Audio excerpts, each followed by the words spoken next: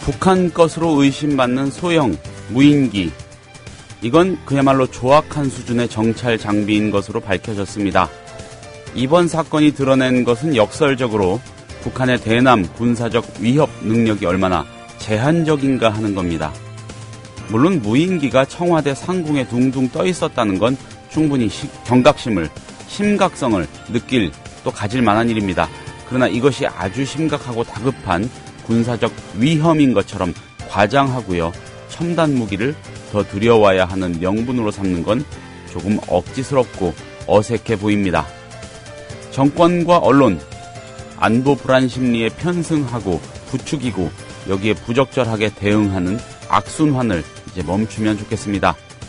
어제 국방부가 불안감을 해소하겠다며 첨단 무인 정찰기를 공개하는 군사비밀 공개라는 무리수를 뒀기에 드리는 말씀입니다. 자, 4월 10일 목요일 아침 정치 내비게이션입니다. 정승조 아나운서의 휴가로 이번 주 대신 진행을 하고 있습니다. 저는 국민라디오 김효진 PD입니다. 다 함께 만드는 국민라디오.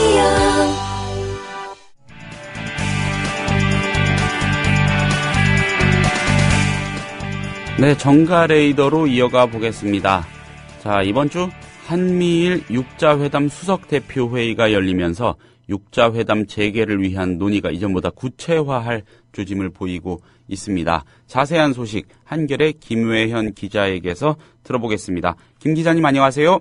네, 안녕하세요. 네, 한미일 육자회담 수석대표회담이 열렸는데 북한에 대한 비핵화 조치에 대해 다소 누그러진 태도를 보였다 이런 얘기가 있습니다.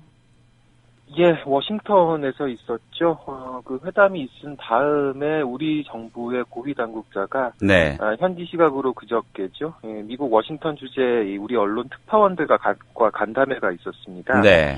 여기서 이런 얘기를 했습니다. 이번 한미일 육자회담 수석대표 회담의 초점은 북한의 추가 도발 시 강력하게 대응을 한다는 점에 있다. 이렇게 얘기를 했는데 네. 그러면서도 또 조금 다른 얘기를 한 게 네. 다양한 대화 재개 방안도 동시에 모색하고 있다라고 밝혔습니다. 예. 다시 말해서 이제 지난 주말에 북한이 4차 핵실험 가능성을 언급했었죠. 거기에 네. 대해서는 만약에 그런 일을 한다면 그걸 도발로 규정하고 강력하게 대응한다 이렇게 전제를 깔면서도 또 동시에 대화의 문도 열어놓는 그런 모습으로 볼 수 있을 것 같습니다. 네, 의미 있는 자리였던 것 같습니다. 자, 유연성이라는 표현도 쓰였다면서요?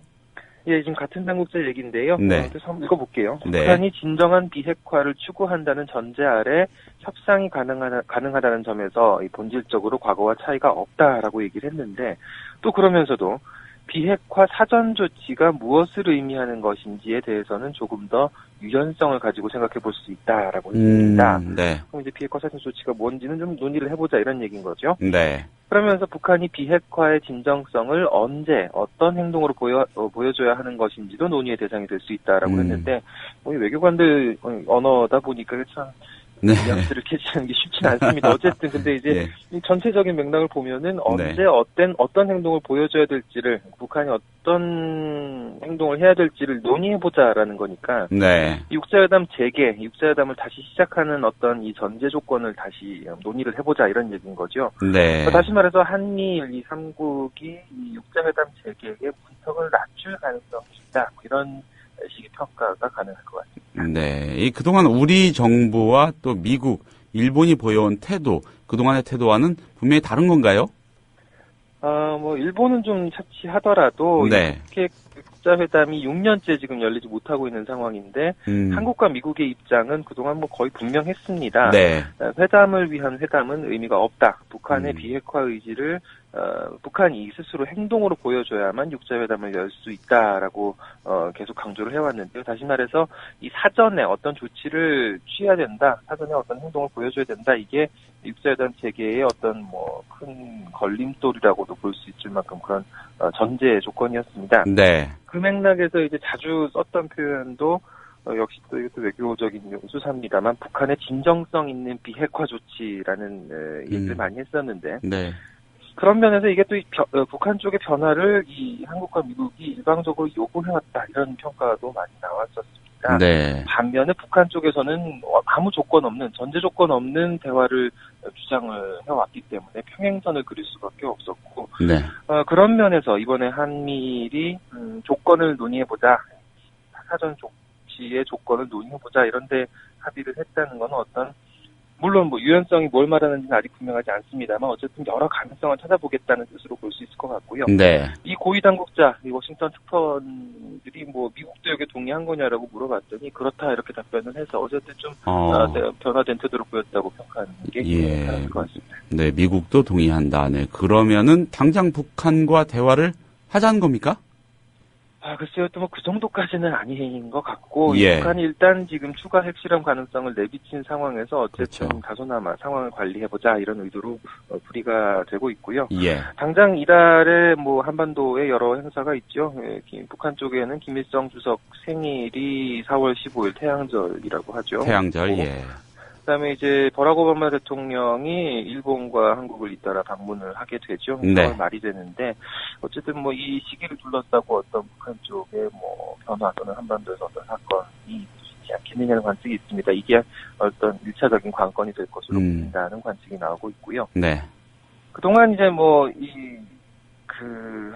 가장 소극적으로 보여왔던 이 미국이 어떤 입장 변화를 보일 것인지도 좀 주목을 해야 될 부분인 것 같습니다. 이번에 이 박근혜 대통령이 이번 기회에 어떤 좀 강력하게 밀어붙여서 그동안 육자회담 재개에 소극적이었던 미국을 적극적으로 나설 수 있도록 협의해 나간다면은 그게 이 대화 재개의 새로운 돌파구를 열 수도 있다 이런 관측도 나오고 있고요. 네. 어쨌든 이런 노력이 한미 군사훈련 또 북한의 새로운 핵실험 위협처럼 이렇게 긴장이 지속되고 있는 이 한반도 정세를 관리하는 데도 도움이 된다. 이런 부분에 대해서는 모두가 목소리를 모으고 있습니다. 네. 그런데 결국 육자회담 재개하려면은요 한미일만 갖고는 또 할 수 없는 거 아닙니까? 육자회담인데 그렇죠. 3개 나라뿐입니다. 예. 그렇죠. 이제 나머지 3개 나라가 어디죠? 네. 북한, 러시아, 중국이죠. 그렇죠. 그 중에서도 또 이 중국이 가장 중요하다는 얘기들 많이 하시고 또 청취자분들도 다 잘 아실 것 같습니다. 네. 중국이야말로 이 한반도 정책에서의 위험 관리 또 상황 관리를 위해서 육자회담 재개를 계속 추진하고 강조했던 그런 주인공이죠. 그동안 중국 정부가 신속한 육자회담 재개를 촉구해 왔는데 작년 오바마 대통령, 박근혜 대통령을 만났던 시진핑 국가주석이 들었던 얘기는 또 마찬가지로 대화를 위한 대화가 아니라 회담을 위한 회담이 아니라 북한의 비핵화에 실질적인 진전을 이룰 수 있는 여건 아래에서 육자회담이 추진돼야 된다. 어떤 사전의 조치가 있어야 된다. 이런 입장을 고수해 왔었죠. 예. 어쨌든 우리 정부 당국에서도 지금 이 한미일 3자와 북한이 직접 대화의 접점을 찾기는 어려울 수 있다. 그렇기 때문에 중국이 결국은 중간에서 역할을 해야 된다. 이런 인식을 갖고 있는 건 분명합니다. 네. 중국이 좀 변화할 것 같은 그런 모습을 보이고 있는 겁니까?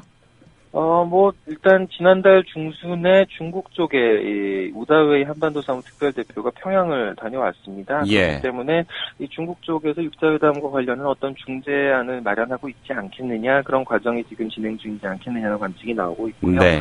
결국 그렇게 된다면 우다웨이 특별대표가 한미일 쪽에 그 구상을 설명을 하고 여기에 대해서 한미일이 또 논의를 하는 그런 과정도 있을 것으로 관측이 되고 있습니다. 네. 박근혜 대통령도 지난달 말이었죠. 이 헤이그에서 한미일 정상회담을 했었는데 사전에 한중 정상회담을 먼저 했었죠. 네네. 김 기자님 잠시만요. 죄송한데 이 수화기를 조금 가까이 대고 말씀을 좀 해주시면 좋을 것 같습니다.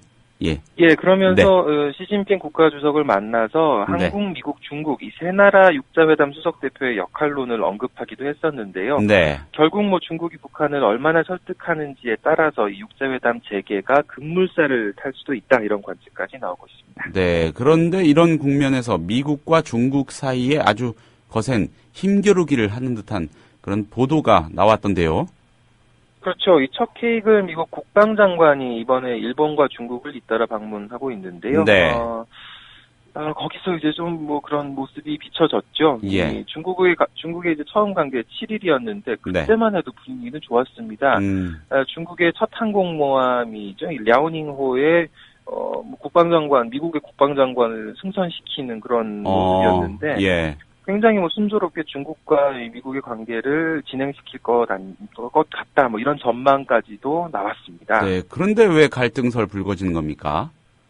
근데 이제 중국 쪽에서 보기에 헤이글 장관이 일본을 너무 많이 편든다. 뭐 이런 불만을 토로를 한 거죠. 예. 근데 가기 전에 일본에서부터 헤이글 장관이 그런 모습을 보였습니다. 지난 6일에 일본에서 뭐 이런 식의 얘기를 했는데 중국이 힘에 의한 협상 변경을 시도하는 것에 반대한다. 예. 현상 변경을 시도하는 것에 반대한다. 뭐 이런 얘기였습니다. 네. 중국의 방공 식별구역 선포 또 뭐 중국에선 디아오위다오라고 부르고 일본에선 센카쿠라고 부르는 예.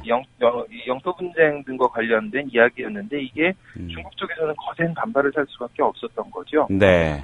그 때문에 이제 중국에 이제 헤이글 장관이 왔는데 이 중국 관영 언론에서는 이 헤이글 장관이 왔다는 기사를 좀처럼 찾아볼 수가 없었던 그런 상황입니다. 예. 중국 국방부 또 일부 관영 언론이 뭐 방중 사실을 뒤늦게 다루기는 했지만 거의 뭐 단신성 작은 기사일 뿐이었고 항공모함 랴오닝호에 참관하는 모습 같은 거는 뭐 거의 공개가 되지 않았습니다. 네. 그럼 중국에 가서는 이 헤이그 장관이 발언 수위 좀 누그러뜨렸습니까?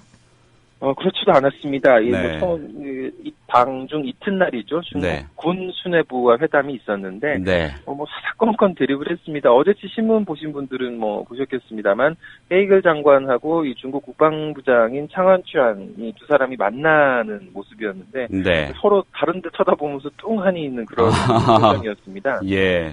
헤이글 장관이 뭐 그런 태도뿐만이 아니라 일종의 소신 발언도 계속 이어갔는데요. 지난해 11월 중국이 선포했던 이 방공 식별구역과 관련해서 네. 어느 나라든 방공 식별구역을 선포할 권리는 있지만 일방적이고 협의 없이 할 권리는 없다라면서 중국을 비판했고요. 또 이 중국이 일본, 필리핀하고 이제 겪고 있는 어떤 영유권 분쟁에 대해서도 미국은 두 나라와 오랜 동맹 관계이며 동맹 조약을 지킬 것이다라고 해서 또 중국을 예민한 부분을 좀 건드렸다고 해야겠죠. 예, 중국 쪽 반응 궁금한데 시간이 얼마 안 남았으니까 짧게 한 말씀만 정리해 주시죠.